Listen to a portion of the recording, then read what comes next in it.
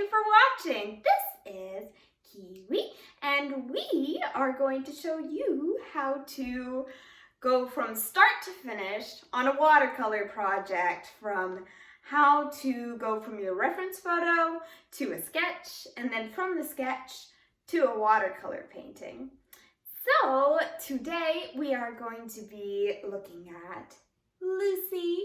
Lucy is a pet portrait I recently did, and it is a watercolor. And she was actually a giveaway winner that I did on my Instagram. So if you're not following my Instagram, you should definitely follow. I do lots of fun giveaways, and sometimes they include beautiful pet portraits. But my Instagram is Silver Key Creations, and all my handles are Silver Key Creations across Facebook to Instagram, and my website is silverkeycreations.com. But be sure to subscribe to this video for more artsy inspiration. And this is Kiwi. And so I'm going to show you how I went from the photograph of Lucy all the way to the sketch, and how to go from a sketch to a watercolor. So these techniques that I'm applying can be applied to any drawing or watercolor project. It works across the board. And so I'm going to be showing you how you use angles and shapes to get the proportions right when drawing animals. And it works with any animals. It can work with a dog, and it can also work with a giraffe or a polar bear. So let's get into the video, and I will show you a time lapse of how I went from nothing to something, and you'll get to see exactly how it's done. And then I would love it if you gave it a try. Let's get into the video. So I want to say something about angles and shapes, because when drawing animals, it's really helpful to first look at the overall shapes. So we have these triangular shapes, and we've got this ovular shape, and then of course the nose. And the nose, you want to make the perspective right, because sometimes if the dog is going like this, the nose is going to be a lot bigger than the face, and you really need to pay attention to your photo, because you may think, no way, a dog doesn't have that big of a nose, but in the photo it might be. And so if the nose is closer to the camera, the nose is going to be huge compared to the little face. So be watchful of that. But in this case, the nose wasn't too humongous.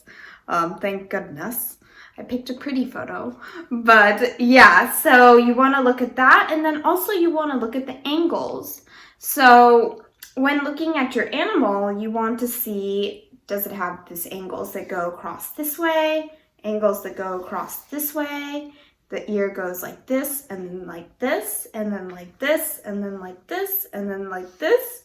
And it's really helpful to go first pretty straight with your angles, and then from a straight angle, you can start rounding it out to make it look more natural and less like a geometric something. So yeah, I will show you how we do it. Here we go. So first I sketched my doggy, and it's a little darker than I'm going to carry out with, but here I am using the shapes and the angles, and then I erased it. That way it would be nice and light for when I do a watercolor, because you want your sketch very light when doing watercolors. So I just started off with the main features, the nose, and sort of outlining my outlines and my eye sockets.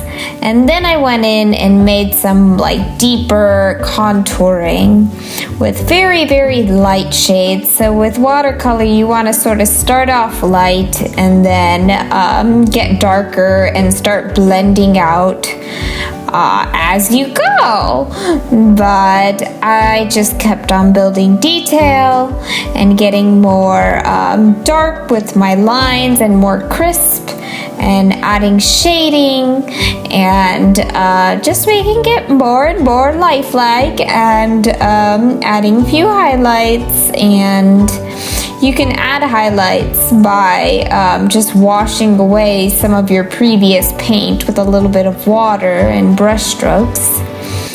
And yeah, then I just put those eyeballs in, and I'm making beautiful roses and flowers to sort of frame my doggy's face and make it very feminine and frilly and magical, because that's how I do.